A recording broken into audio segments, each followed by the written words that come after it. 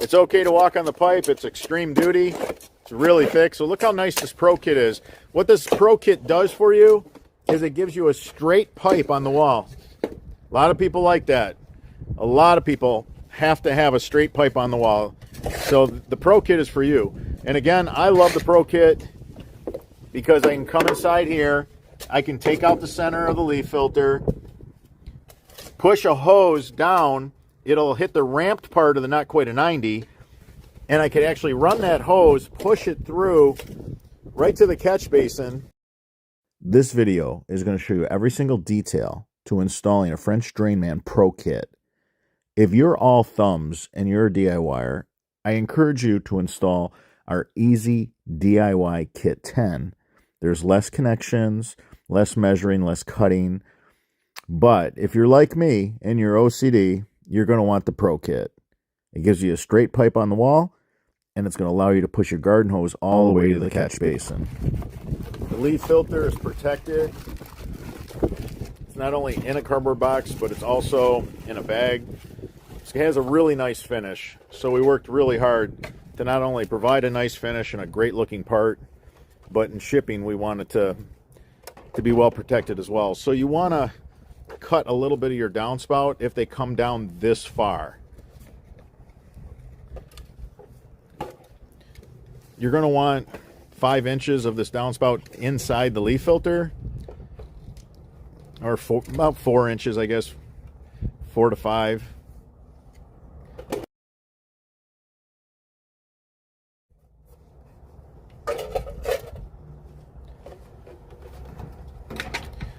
So we don't have any footings here, so we're going to install the Pro Kit.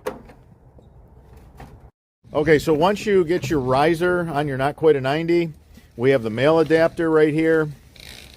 We like the male adapter. You can use the female or male adapter, but if you want to go with male to female with directional flow, you definitely want to tape right here. Right where you snap the riser into the Not Quite A90, you want to tape that up real good. And once you check to make sure that your riser was cut to fit, then you want to connect the pipe and tape it before you install it. It's a lot easier to tape the way it is right now. So we cut this already. We cut this riser. We're just double checking. We're making sure that we have a good fit. Now what we like is we like the downspout. You can see how the downspout right there. We want the downspout to come to the top of this door, down to the top of this door. We want to get past this seam, preferably. We did that. We cut the riser. Everything's sized appropriate. Now we're going to go ahead and we're going to take this back off. We're going to connect the pipe, tape the pipe, and then reinstall it. That's the best way to install the Pro Kit.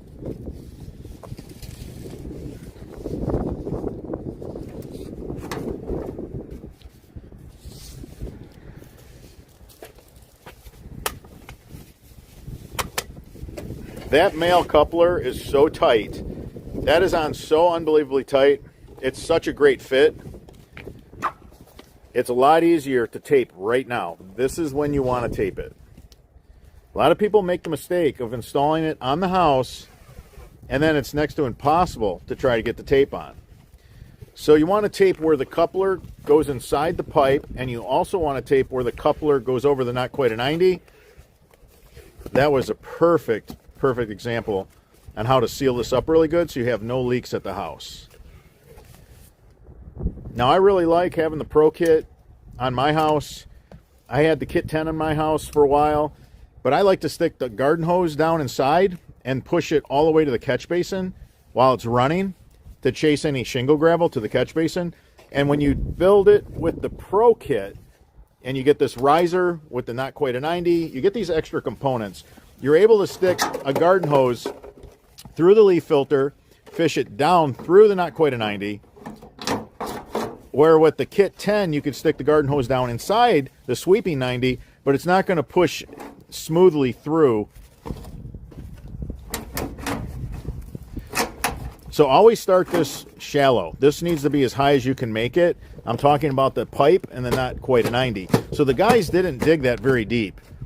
Like when you see them backfill this, it's not going to take that much dirt to backfill this, because they started out extremely shallow. The reason why you start out extremely shallow is so that you can get more slope on the line. If you dig down too deep, you just lost several inches of slope. Now remember, you only need 1 inch every 8 feet to be at 1% slope. You know, that's ideal in a perfect world. So if you lose 4 or 5 inches at the house because you dug it down too deep when you started to dig your trench, you really cheated yourself out of a lot of really good slope. Just stand on the pipe and push the dirt on top of the pipe, walk it on. This is virgin pipe. It's not recycled pipe. Now we have black, we also have white. We currently even have some solid that's in royal blue. These kits, these pro kits, are typically sold with white. We used a whole 100-foot roll on this, and we didn't bring the kits themselves. I just wanted to show you how you piece the kit together. And again, we just grabbed some virgin pipe out of the yard that's extra heavy duty, and color doesn't make any difference in this case. If this was running up the house to a white leaf filter and it was a kit 10, yeah, you'd get white pipe with your kit for sure. So this pipe's really thick. It's really hard to cut. I mean, it's extra heavy duty. It's extreme. A DIYer probably wants to use a hacksaw. The guys use box knives all the time. So right here, you want to connect the catch basin to the female coupler. The pipe is the acting male. The coupler is the acting female. You always want to go male to female with the direction of flow. On the other side of the catch basin, we have the male coupler, so that it's going to be male to female. The pipe will be the acting female.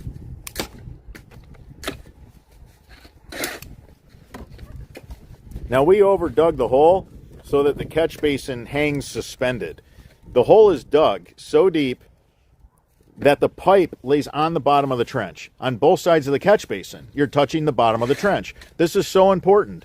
And you want to dig a deep enough hole to where you have about 4 inches between the catch basin bottom and the clay, because you're going to put pea stone between the catch basin and the fabric. If you order a catch basin with your kit, it's going to come with a fabric. You put the fabric down on the dirt. That way the dirt doesn't migrate into the pea stone.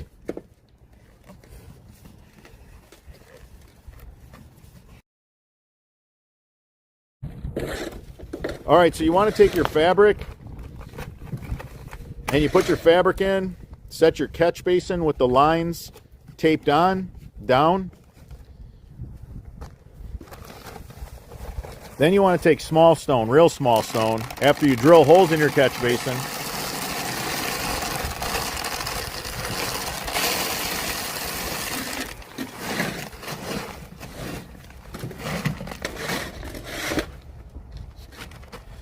You just let the pea stone fall down underneath the catch basin. Do not lift the catch basin up, because you're going to end up raising the catch basin. Stone's going to roll under the catch basin, and now the catch basin is going to be too high. It's going to be humped up, and it's going to be a problem. You want to keep the lines at the bottom of the trench. If you dug your catch basin sump pit deep enough, you're not going to have any problems just letting the stone just roll right under it. Stone is 99% compacted when it rolls in place, so don't worry about that. It's going to settle real nice. Your catch basin won't sink or do anything odd. Always take the fabric and tuck it over the stone so that the dirt doesn't migrate into the stone. Right now there's moisture in the clay that we dug, so we're able to really cut this up in little pieces and backfill it really nice.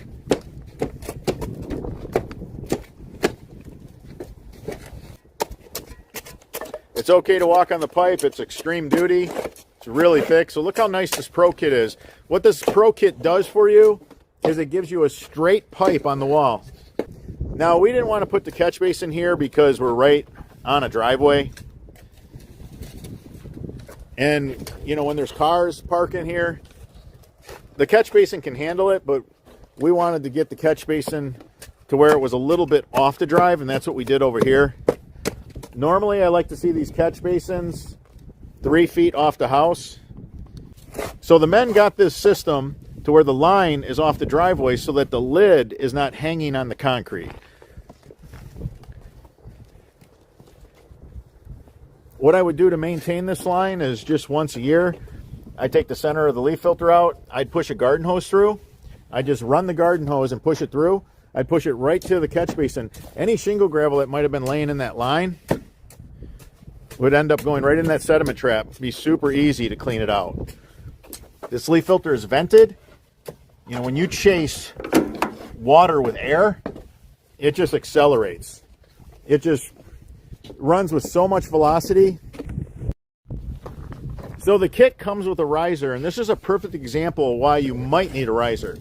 We got too deep because our catch basin is so far from the house that we had to put a riser on.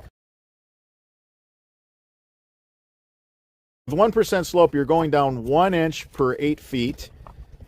So we're deep here. We needed a 2-inch riser. A 2-inch riser comes with the kit. Super easy to put on. If your catch basin's a little crooked, do exactly what you just seen Patrick do. Real easy. Now we're at grade level with that riser. No screws, no glue, slip fit. We built this kit for convenience. We were after the highest quality of components, and we wanted it to be as convenient as we could possibly build it. So we offer kits that are for single downspouts, and we offer kits that are for 2 downspouts. We're doing 2 downspouts, so your kit would come with a Y, and this is how you install the Y.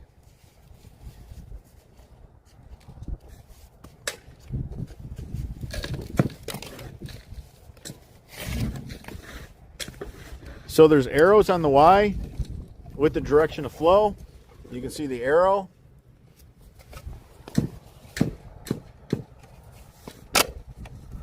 This is the acting main line, and then the intercepting line is the second downspout that's being Y'd into this main line.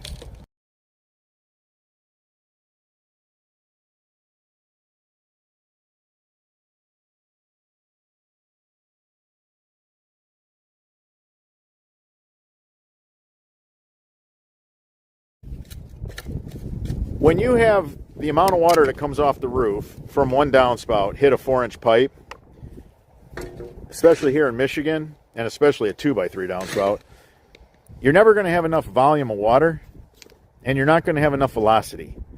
So you're not going to move any tree seeds and tree buds and little things that'll just normally go all the way out to the pop-up emitter. The way we're building this system's going to stay clean. We got 3.5-inch pipe, which is sized perfect for most USA and Canada downspouts. It's great for 2x3, 3x3, and 3x4 downspouts. We'll put up to 3 downspouts on one 3.5-inch line. Again, it keeps everything clean. You're moving enough water. You have enough velocity, enough pounds per square inch. When that same amount of water hits a larger diameter pipe, the water spreads over the area and it loses its velocity. It slows it right down, and you just don't have the ability to carry out tree seeds, tree buds, little fines. There's a lot of rooftop pollution that you just can't account for. And the leaf filter is made with a really coarse screen just to get the big organics that clog lines. We're not trying to catch all the little fine stuff, because if you try to do that with a screen, the screen will plug. So dig your hole out a little deeper for the pop-up, just like the catch basin. You're going to want your line to touch the bottom of the trench, and you're going to want to be able to roll stone under the Not Quite A90.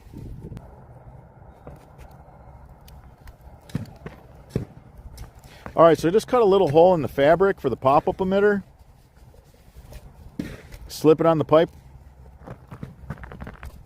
You don't have to overthink that. It's no big deal. This goes on. Let me tell you, you're not coming back from that. It's not coming off. Do not tape that. Do not tape that. Everybody makes that mistake, and they tape this. The reason why we're going to put pea stone under it is after a rain event, a good thunderstorm, and we remove all the bulk water that comes off the roof, there's going to be a little bit of water that's left in that pop-up emitter.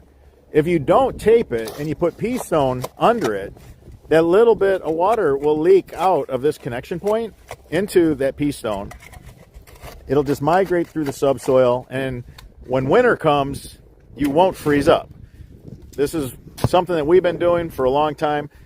In states that don't freeze and they just don't like water in their pop-up, it's nice just to get rid of the water. Now, a pop-up doesn't allow mosquitoes to fly inside the fitting and breed. That's what's great about a pop-up. So even if you have some water in your pop-up, it is not the end of the world. You're not going to have a mosquito hatchery. So just pour the stone down and around this Not Quite A90 fitting. Right here where it connects to the pipe. And all around it.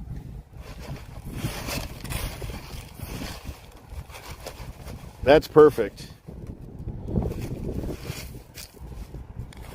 Then you just pull your fabric around it. Nothing has to be fancy here. Don't overthink this.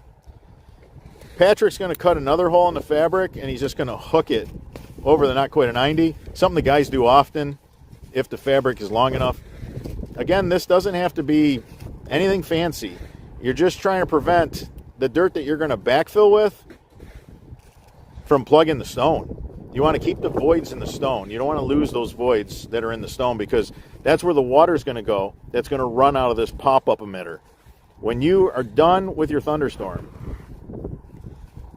after the rain event, there's just going to be a small amount of water in this pop-up, and that's it.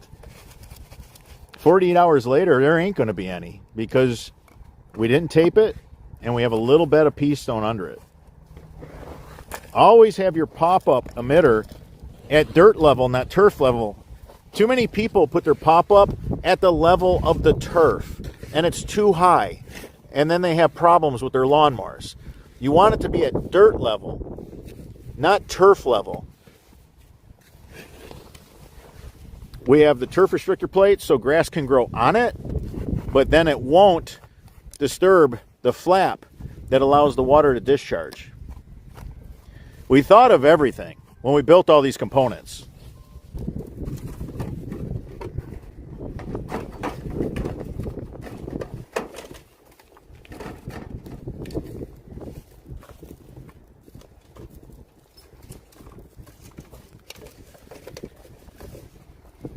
All right, so now that you have your downspout cut to the height that you want your leaf filter, you take the riser that's in the Not Quite A90 up at the house, and you measure it to cut.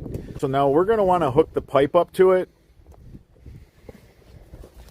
and tape it with it off. Everything fits great. Everything's a go. We're going to take that off. We're going to hook the pipe up to it, tape it, and then we're also going to tape the Not Quite A90 where the riser's at. We'll show you the two areas that you tape.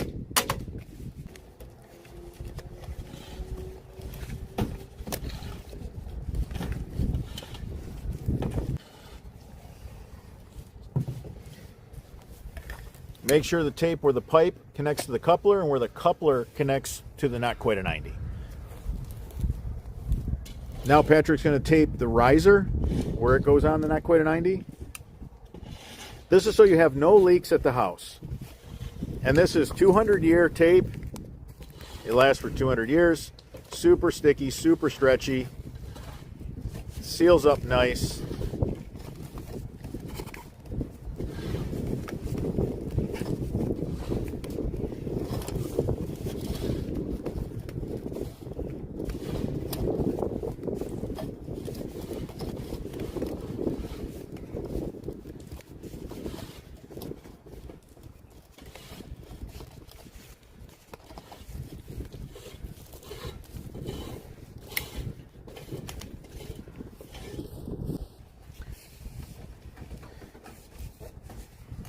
Now we have a nice straight pipe against the wall, which a lot of people love. And it's going to be super easy to push a garden hose through that Not Quite a 90 fitting. This is our Pro Kit. This is how we install our Pro Kit. Make sure your leaf filter is straight before you start backfilling. I've seen a lot of times homeowners, they're in a hurry, they'll start backfilling and it'll be a little crooked. Make sure you don't cut the pipe too short. You need a few corrugations to go up in the coupler.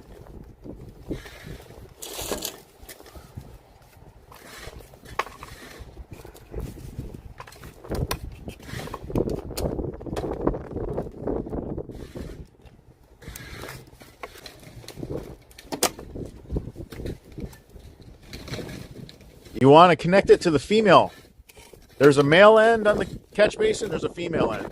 You want this end to be the female. Everything needs to be male to female. It's male to female with the direction of flow throughout the entire system. Plumbing 101. If you don't want your system to leak and you want it to flow water with no restrictions, this is how you want to build it.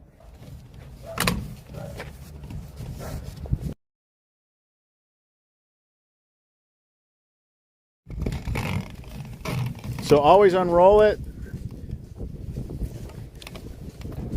this way for ease of install.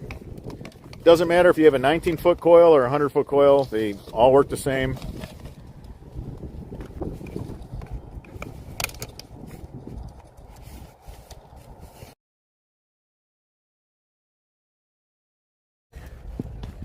So if you have a job like this where you have two downspouts and you're wiring them together and you have to take them pretty far out, just to give you an idea of what we used for pipe, we used about 85 feet of pipe.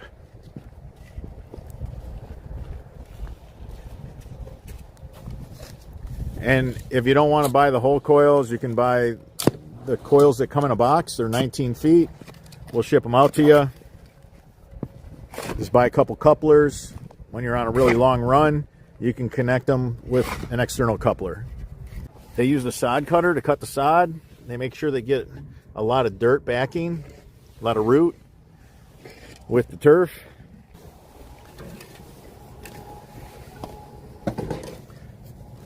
So right here, you see how the bubble on the level is pointed towards the house? That's what you want right there. That's perfect. That is plenty of slope right there. So instead of having the bubble level, which means it's between the two lines, you want the bubble to be over one of the lines, and it's the line towards the house. So the guys did this. They didn't use a laser level. They used an easy 4-foot level that you can buy at any hardware store. This is what I recommend. Don't overcomplicate it.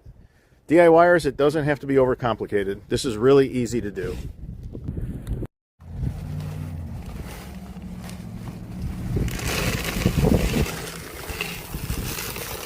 Remember, oversize the hole underneath the catch basin.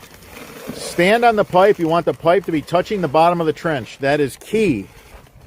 Don't miss on that. The stone will just roll under the catch basin if you dug out a deep enough hole under it. I like coming like about 3 to 4 feet off the house because the water comes down and it's moving with a lot of velocity, hits a Not Quite a 90, and then as you're coming out here, it's going to start to slow down. That's where it's going to drop shingle gravel, where it decelerates. So we're going to put a riser on this catch basin. A riser does come with the kit. If you end up where the catch basin is too deep and your lid's going to be too low, it's going to be below grade, then you're going to need to put on this riser. This riser gives you 2 inches of height, and it brings the catch basin top level to grade. So we're going with a black lid here because we're not in the grass. So that was a pro move. We have black and green lids for our catch basins.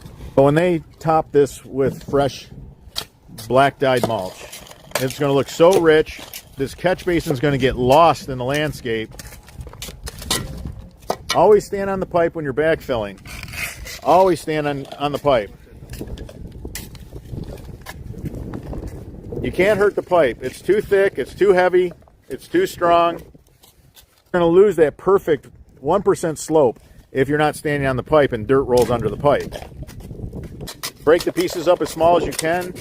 That way it'll pack real nice for you and you won't have any settling.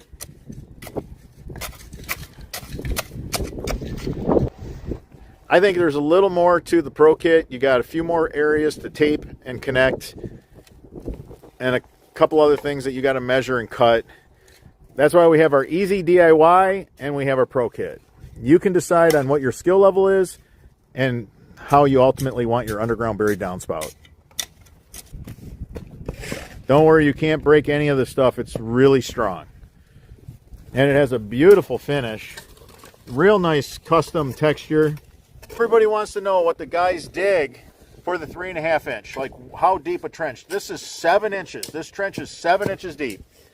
7 inches, and it's only as wide as the shovel. It doesn't need to be any wider than the shovel. You can even dig it with a narrow 5-inch shovel if you want. Super easy pipe to put in the ground. Lot shallower digging. It's 50% less labor than a 4-inch system.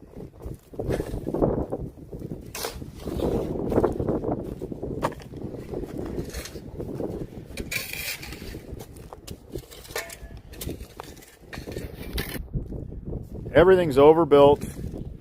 We over-engineered and overbuilt everything.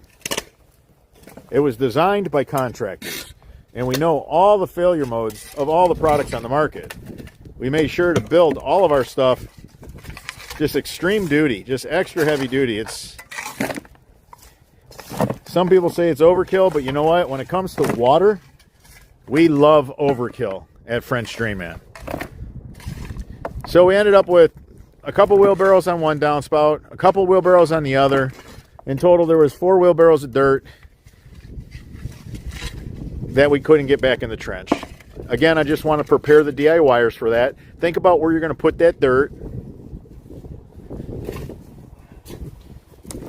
Probably 2 wheelbarrows per downspout is a little excessive because we got 85 feet of trench.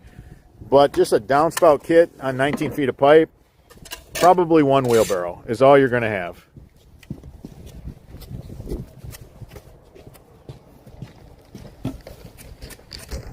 Keep in mind, the ground went high up here, so we had to follow the driveway. This was highly unusual. It does happen.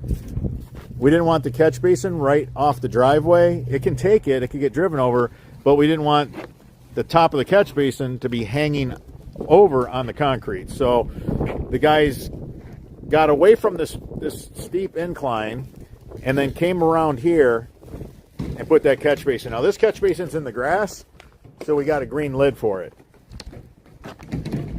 Got a green lid for the catch basin, a green lid for the pop-up. They also come in black. Right here's a black lid for the catch basin because we're in the black bark mulch. When you're piecing the sod back together, you have to push down right where it's jointed. That's normal. You don't want to leave it up. The grass can dry out, the roots can dry out, and you'll have this dead line right where that sod was cut. So you can see how the men are pushing the seam together. Take time to do that. So there's 3 guys working on this.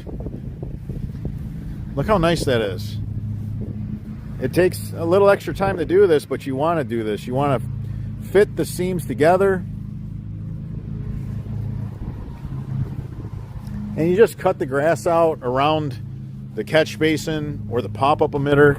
And this goes so much easier if you do rent a sod cutter. But you don't have to. You don't have to. You can take a flat shovel and just work at it. If it's a real short run, then it's probably not worth renting a sod cutter. But if it's going to be a long run, you should consider renting a sod cutter. It'll definitely make your life a lot easier. Always put the sod cutter at the deepest notch. You want to get as much root and dirt with the sod as you possibly can.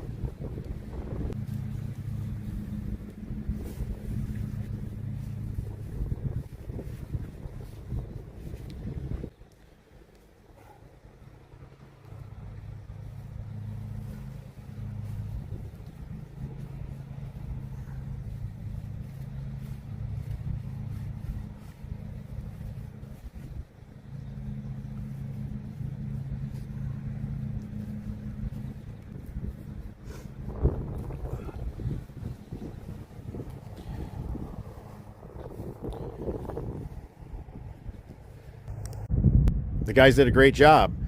They went ahead and made sure it was nice and straight. They packed dirt around it. It's not going to move. Nice, straight to the wall, Pro Kit, catch basin, 3-4 feet off the house. I like that. That's perfect right there. Beautiful job. Amazing work. When you want it done right the first time. Use French Drainman parts or give us a call.